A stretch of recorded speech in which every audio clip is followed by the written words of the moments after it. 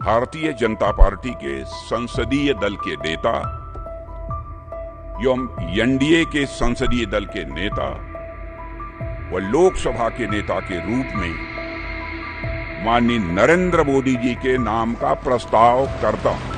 हमारी party Janata Dal United Bharatiya Janata party संसदीय दल के नेता आदरणीय श्री नरेंद्र मोदी जी को भारत के प्रधानमंत्री पद के लिए समर्थन देती है। दोस्तों, आप सभी को दीपक द्विवेदी का नमस्कार। ब्लिट्स इंडिया की आज की ये रिपोर्ट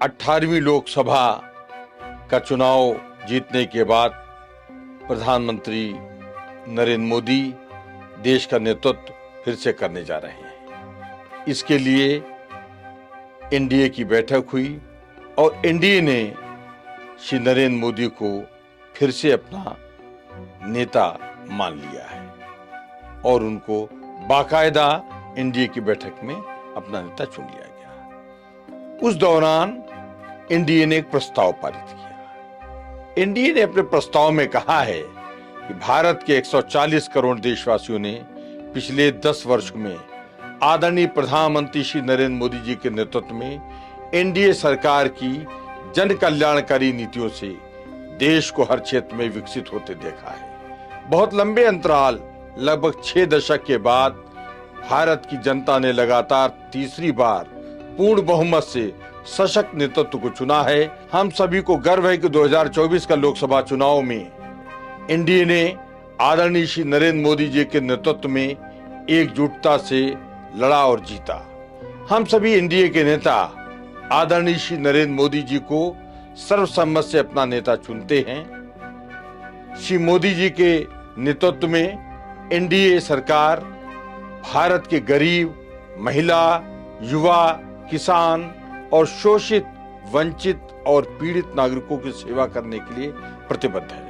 भारत की विरासत को संरक्षित कर देश के सर्वांगीण विकास हेतु एनडीए सरकार भारत के जन जन के जीवन स्तर में सुधार लाने के लिए कार्य करती रहेगी। प्रस्ताव सर्वसम्मत से पारित किया गया और इस प्रस्ताव की प्रति राष्ट्रपति जी को दे दी गई। दोस्तों, इस तरह देश में के अगले प्रधानमंत्री नरेंद्र मोदी जी के बनने का रास्ता सशक्त हो गया है। 18वीं लोकसभा के चुनाव परिणाम आने के बाद इस बार देश के मतदाताओं ने जो जनादेश दिया है उसमें वर्तमान प्रधानमंत्री नरेंद्र मोदी लगातार तीसरी बार पीएम बनकर देश के पहले प्रधानमंत्री जवाहरलाल नेहरू के रिकॉर्ड की बराबरी करके एक नया कीर्तिमान स्थापित करने जा रहे हैं। लोकसभा सदन के नेता, भारतीय जनता पार्टी संसदीय दल के नेता और एनडीए संसदीय दल के नेता के रूप में श्रीमान नरेंद्र मोदी जी के नाम का प्रस्ताव रखा है। इसका मैं मन से समर्थन करता हूं। ऐसा पहली बार होगा जब केंद्र में कोई गैर कांग्रेसी पीएम तीसरी बार इस पद पर आसीन हो रहा है। निश्चित रूप से प्रधानमंत्री मोदी की ये लगातार तीसरी जीत ऐतिहासिक है।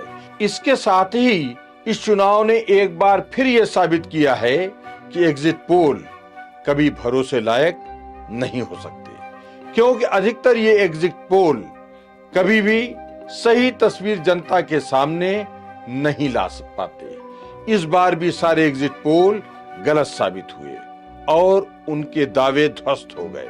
इस बार के लोकसभा चुनाव के जनादेश ने एक अलग सा रोमांचक परिदृश्य पैदा किया है, जिसकी वजह से भारतीय राजनीति के परिदृश्य में एक बार फिर गठबंधन की राजनीति का दबदबा मजबूत होता दिखाई दे रहा है। नए जनादेश पर नजर डालें तो राष्ट्रीय जनतांत्रिक गठबंधन यानी एनडीए को 291 सीट मिली हैं, जबकि भारतीय जनता पार्टी को इस बार जनता ने स्पष्ट बहुमत के जनादेश से वंचित रखा है। इस वजह से भाजपा को सत्ता में बने रहने के लिए अपने गठबंधन सहयोगियों पर पूर्ण रूप से निर्भर रहना पड़ेगा। ऐसी परिस्थिति में राष्ट्रीय जनतांत्रिक गठबंधन यानी एनडीए के सहयोगियों को विपक्ष द्वारा निरंतर लुभाने और अपनी ओर लाने के प्रयास जारी रहेंगे।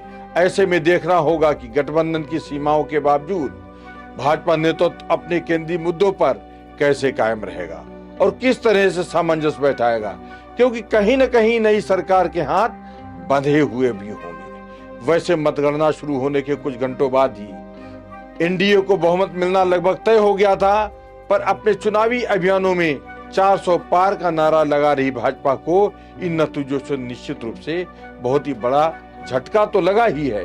विशेष रूप से उत्तर प्रदेश में 2014 और 2019 की तुलना में एनडीए की सीटें जिस तरह कम हुई हैं, ये भाजपा के लिए निश्चित ही एक बहुत गहन आत्ममंथन का विषय। इन चुनाव में जिन मुद्दों पर भाजपा ने 300 सीटें अपने दम पर लाने का जो ताना बाना बुना था, वो कारगर साबित नहीं हो सका। ऐसा प्रतीत होता है कि कश्मीर में अनुच्छेद 370 के हटने, राम मंदिर निर्माण या फिर सीएए के जैसे प्रमुख भाजपा के मुद्दे उतना प्रभाव बरकरार नहीं रख पाए जितना भाजपा ने सोचा होगा। हालांकि इसका ये मतलब भी नहीं निकाला जा सकता कि केंद्र में 2 कार्यकाल पूरे कर चुकी भाजपा के प्रति किसी तरह की सत्ता विरोधी लहर थी। चुनाव परिणाम तो यही बता रहे हैं कि इस बार वोट स्थानीय प्रत्याशियों से असंतुष्टि और स्थानीय मुद्दों से प्रभावित हुए हैं। गौर करने वाली बात यह है कि अकेली भाजपा को बहुमत बेशक न मिला हो, पर उसका वोट शेयर 2014 और 2019 की तुलना में स्थिर है अथवा बढ़ा नहीं है, भले ही उसकी सीटें कम आई हों। इसके अलावा ओडिशा विधानसभा जीतकर भाजपा ने पहली बार सरकार बनाकर एक रिकॉर्ड कायम किया है, जबकि अरुणाचल प्रदेश में लगातार तीसरी बार भाजपा की सरकार बनेगी। जाहिर है कि लोकसभा चुनाव के नतीजों को प्रधानमंत्री नरेंद्र मोदी के नेतृत्व के प्रति लोगों के भरोसे में कमी के रूप में नहीं माना जा सकता। दरअसल अनेक महत्वपूर्ण मुद्दे अपने मुकाम तक सिर्फ इसलिए ही पहुंच सके क्योंकि राजनीतिक नेतृत्व शक्तिशाली और बेहद मजबूत था और उसे कड़े फैसले लेने के लिए किसी का मुंह ताकने की आवश्यकता नहीं थी। अब जो सरकार बनेगी उसमें ऐसी परिस्थितियां नहीं होंगी। अतः देखने वाली बात यह भी होगी कि भाजपा के नेतृत्व वाली सरकार बनने पर वो अपने केंद्रीय मुद्दों को किस तरह आगे लेकर जाती है। एक दिलचस्प तथ्य यह भी परखने को मिलेगा कि इस प्रकार का खंडित जनादेश, जिसमें किसी भी एक दल के पास स्पष्ट बहुमत नहीं है, गठबंधन के साथ देश हित में राष्ट्रीय और अंतर्राष्ट्रीय फलक पर कितनी कारगर सिद्ध होगी। 2014 और फिर 2019 की सरकार में कोरोना महामारी के बाद वैश्विक अनिश्चितताओं के दौर में देश की बढ़ती अर्थव्यवस्था की तारीफ विश्व बैंक समेत तमाम वैश्विक संस्थाओं ने की है। इसकी वजह से वे साहसिक फैसले थे जिन्हें लेने में प्रधानमंत्री नरेंद्र मोदी कभी हिचके नहीं, क्योंकि तब उनके हाथ अत्यंत मजबूत थे। अब लोकसभा चुनाव के नतीजे जिस तरह से सामने आए हैं, उनमें उनके सामने चुनौतियां भी कम नहीं होंगी। लोकतंत्र में विपक्ष मजबूत हो, इससे अच्छी कोई बात नहीं हो सकती। गठबंधन सरकार में सहयोग का महत्व बढ़ने और विपक्ष के मजबूती के साथ खड़े होने से सरकारी नीतियों में संतुलन आता है। पर हमें ये भी नहीं भूलना चाहिए कि किसी भी देश को विकसित राष्ट्र बनाने के लिए राजनीतिक नेतृत्व का बेहद शक्तिशाली होना बहुत जरूरी है। शायद इस बार वो स्थिति नहीं लग रही है। अब तो समय ही बताएगा कि वर्तमान जनादेश और मतदाता दोनों को कहां ले जाता है, क्योंकि ये जनादेश अपने में अनेक संदेश छिपाए हुए हैं। हालांकि दोस्तों, इसमें कोई दो राय नहीं है कि हमारे प्रधानमंत्री नरेंद्र मोदी बेहद पक्के इरादों के और चट्टान की तरह फैसले लेकर खड़े होने वाले आदमी हैं। एक दूसरी सबसे महत्वपूर्ण बात यह है कि उनके 2 प्रमुख सहयोगी नीतीश कुमार जी और चंद्रबाबू नायडू जी दोनों ही बहुत मजबूत और मंजे हुए राजनीति के खिलाड़ी हैं। केवल अंतर यह है कि इन्होंने हमेशा भाजपा के विरोध और साथ की राजनीति की है, लेकिन इनकी राजनीतिक परिपक्वता ही ऐसा सामंजस्य बैठाएगी जिसका एक अनुमान लगाया जा सकता है कि शायद हम विकसित भारत के एजेंडे पर बहुत तेजी से आगे बढ़ सके और अपने देश को विकसित भारत बनाने का स्वप्न जो देश ने देखा है, जो प्रधानमंत्री मोदी ने देखा है, जो दुनिया को दिखाया गया है, उसको हम लोग जल्दी से जल्दी हासिल करें। यही हमारे सभी नागरिकों की और मतदाताओं की आकांक्षा है और अपेक्षा है। इतनी मेहनत मेरी सरकार किसके लिए कर रहे हो? ये इतनी मेहनत मेरे सरकार किसके लिए कर रहे हो? ये आवाम है कुछ नहीं समझती, तुम जिसके लिए मर रहे हो। इतनी मेहनत मेरी सरकार किसके लिए कर रहे हो? वक्त पड़े ये तुम्हारे कदमों से जमीन भी खींच लेंगे। वक्त पड़े ये तुम्हारे कदमों से जमीन भी खींच लेंगे। तुम दिन रात एक करके जिन लोगों के कष्ट हर रहे हो, इतनी मेहनत मेरी सरकार किसके लिए कर रहे हो? कुछ अच्छा होगा तो हिस्सेदार भी यहां तमाम होंगे। कुछ अच्छा होगा तो यहां हिस्सेदार भी तमाम होंगे। कुछ गलत हुआ तो गलतियां ही अपने सर कर रहे हो। इतनी मेहनत मेरी सरकार किसके लिए कर रहे हो? कुछ लुटेरों ने लूटा है देश मेरा, कुछ लुटेरों ने लूटा है देश मेरा और तारीफें भी पा गए। तुम कौन सी मिट्टी के बने हो? तुम कौन सी मिट्टी के बने हो जो ना अपनी जेबें भर रहे हो? इतनी मेहनत मेरे सरकार किसके लिए कर रहे हो? ये क्या कर रहे हो? ये क्या कर रहे हो? तुम आखिर क्या चाह रहे हो? ये क्या कर रहे हो? तुम आखिर क्या चाह रहे हो? इन अंधों की बस्ती में क्यों रोज चिराग जला रहे हो? इन अंधों की बस्ती में रोज चिराग जला रहे हो। ये बहरों की जमात है और जबान से भी गूंगी है।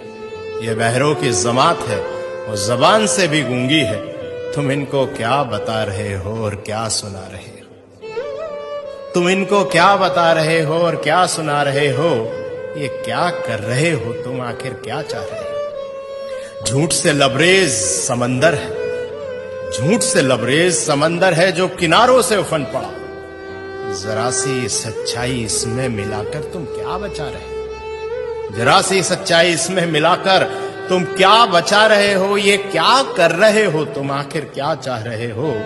खुदगर्जी के भाव मंडी में यहां लोग बिक रहे हैं। खुदगर्जी के भाव मंडी में यहां लोग बिक रहे हैं। इस तार तार दामन में अब क्या छुपा रहे हो? इस तार तार दामन में अब क्या छुपा रहे हो? ये क्या कर रहे हो तुम? आखिर क्या चाह रहे हो? इन अंधों की बस्ती में रोज चिराग जला रहे हो। इन अंधों की बस्ती में क्यों रोज चिराग जला रहे हो? भाइयों दोस्तों, इतना ही कहना है कि खुशनसीब हैं हम कि योगी जी जैसे और मोदी जी जैसे आज हमारे साथ हैं। और सोचिए कि ना परिवार है ना बच्चे हैं, आखिर इतनी मेहनत इतनी जद्दोजहद किसके लिए है? शायद हमारे लिए ही। और हम क्या कर रहे हैं जरा विचार कीजिए। बहुत बहुत शुक्रिया, धन्यवाद। जय हिंद।